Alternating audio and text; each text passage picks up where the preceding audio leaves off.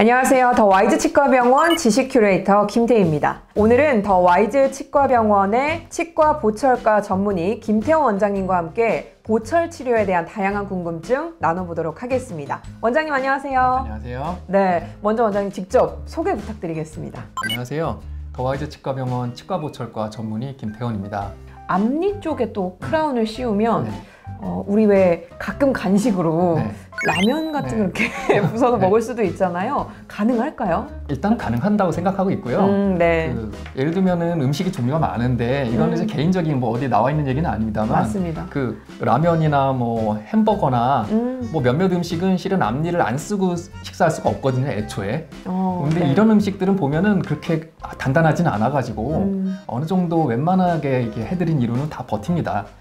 단지 이제 그 치과에 뭐 보철과에 사정이 있다면은 앞니랑 어금니를 좀 다른 분야로 치거든요. 앞니는 보통 이제 심미성이라고 표현을 하는데 그쵸. 굉장히 보기 좋아야 되고 이게 감쪽 같아야 되고 그리고 투명도도 있어야 되고 이제 티가 안 나야 되는데 이 정도의 그 수준의 그 느낌을 주려면은 좀 여러 가지 방법을 쓰거든요. 뭐 도자기를 구워 올리기도 하고 거기에 맞는 다른 소재를 쓰기도 하고 이러면은 보통 어금니에 이렇게 쓰는 재료보다는 조금 약한 경우가 좀 더 많아요. 네.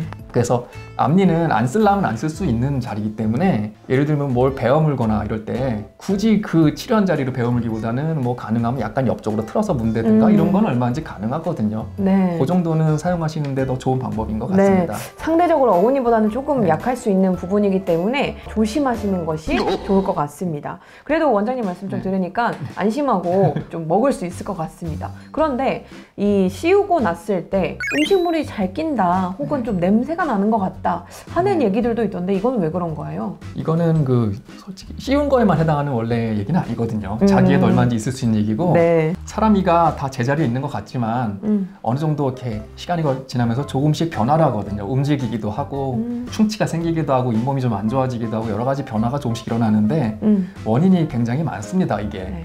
그런데 이제 씌우니, 예를 들어서 크라운을 치료한 이는 좀 더 같은 원인이어도 좀 영향을 더 많이 받는 경우가 있어요. 예를 들면은 그 세균 같은 게 좀 더 자라기가 쉽거든요. 그러니까 똑같이 관리했을 때는 씌운 크라운 한치에서 더 먼저 나타나기가 쉽죠. 그러니까 그렇기 때문에 그 크라운 한유에서 더 유독 그렇게 느낌을 가지실 수도 있을 것 같습니다. 네. 그럼 씌운 치아에는 세균이 조금 더 친하게 다가간다라고 볼 수 있을 것 같은데 그러면 조금 더 주의해서 관리하는 방법이 있을 것 같은데 어떻게 해야 되나요? 우선은 정기검진을 보통 치과에서 항상 권유를 드리잖아요. 네. 근데 만약 정기검진을 받으신 지 좀 오래 되셨다면은 일단 이게 증상이 뭐 아프거나 이런 게 아니더라도 일단 치과는 한번 내원해 주시기를 권유드리고 싶은데요. 그 이유가 뭐 잇몸 질환이 있다든가 뭐 충치가 있다든가 이래서 치료를 지금 안 하면은 이가 더 많이 안 좋아지는 경우가 있긴 있거든요. 그러니까 그런 경우는 아닌지 일단 확인차라도 치과 검사를 한번 받아보시길 권유드리고 싶고요. 네. 그 음식 끼는 경우만 좀 더 이제 국한해서 말씀드리면은 실은 이거는 그때그때 봐가면서 결정을 합니다. 오셨을 때 음식이 낀다 그러면은 원인은 찾기가 쉬운 경우도 있지만 좀 해결하기가 만만치 않고 예를 들면은 좀 일을 다듬어야 된다든가 비용을 많이 이제 해야지 좀 해결하기 좋다든가 이런 경우도 있거든요. 이럴 때는 본인이 관리를 잘 하실 수 있으면은 사실 좀 현상 유지하는 것도 괜찮거든요. 시간 칫솔도 있고 치실도 있고 실제로 쓰시는 분도 많고 그렇게 관리하면서 쓰시는 것도 방법인데요. 한번 치과에 오시고 상의한 다음에 그렇게 방침을 정해 주셨으면 좋겠습니다. 네. 원장님 말씀대로 또 병원에 정기적으로 검진 받으시면서 상황에 따라 다르기 때문에 본인에게 맞는 치료법, 진료법을 안내받으시면 좋을 것 같습니다. 그런데 크라운 하는 사람들이 아마 제일 궁금해하는 부분이 이 부분이 아닐까 싶어요. 한번 씌우게 되면 얼마나 쓸 수 있을까요?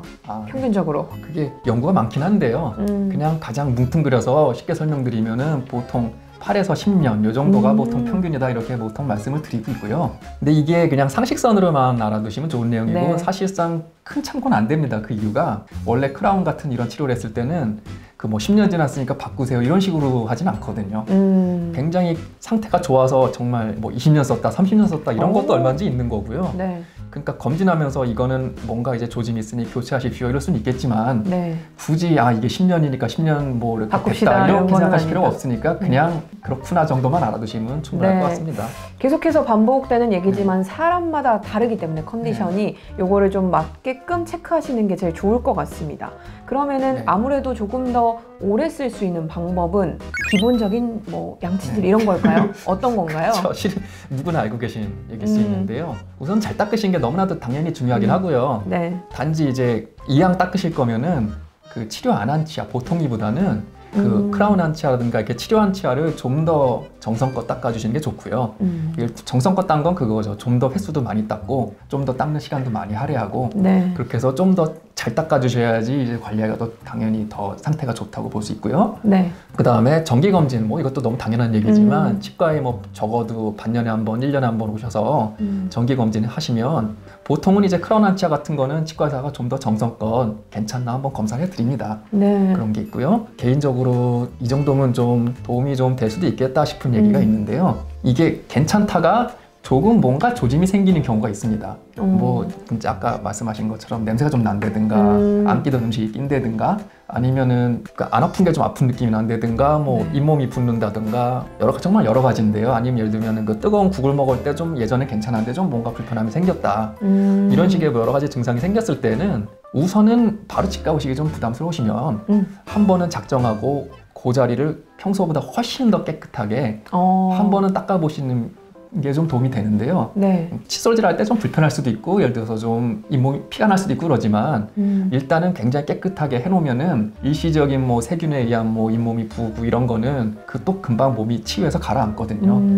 그러니까 그런 식으로 일단 개인 관리를 해보시고 이거는 그 관리를 열심히 하려고 했는데도 네. 예전과 다르고 뭔가 좀 안 좋아진 느낌이 난다 이러면 치과에 와서 정밀 검사를 받아보시면 제일 좋겠습니다. 네, 약간의 전조 증상들이 또 나타날 수 있으니까 그럴 때는 조금 더 꼼꼼하게 관리를 해보시고 그러고도 안 되겠다 싶으시면 빠르게 이제 치과를 방문해 주시고 치료를 받아보시면 좋을 것 같습니다.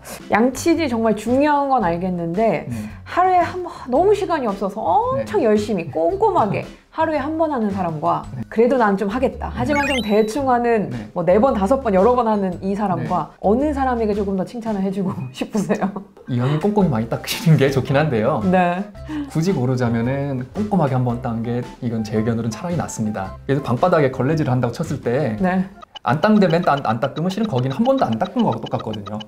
그러니까 결국 중요한 자리들은 아예 안 닦는다고 생각하면 됩니다. 대충 닦는다는 거는 대충 다 닦는 게 아니라 잘 닦인 데만 닦고 안 닦인 데 한 번도 안 닦는다는 거하고 똑같기 때문에 오히려 차라리 꼼꼼하게 한 번이라도 잘 닦는 거가 더 낫다고 말씀드리고 싶고요. 주무시기 전에 밤에 자기 전에 이렇게 깨끗이 닦는 게 제일 중요하거든요. 네, 그것만이라도 어떻게든지 바쁘시더라도 이렇게 하는 게 좋을 것 같습니다. 원장님 사실 우리 치과에 오는 것까지가 가장 어려운 이유가 무서워서 저도 막 소리 들으면 뭔가 더 무섭고 한데 그런 분들이 겁내지 않고 그래도 꾸준하게 관리받으시는 게 중요하다 이런 당부의 말씀 한 말씀 해주시면 어떨까요?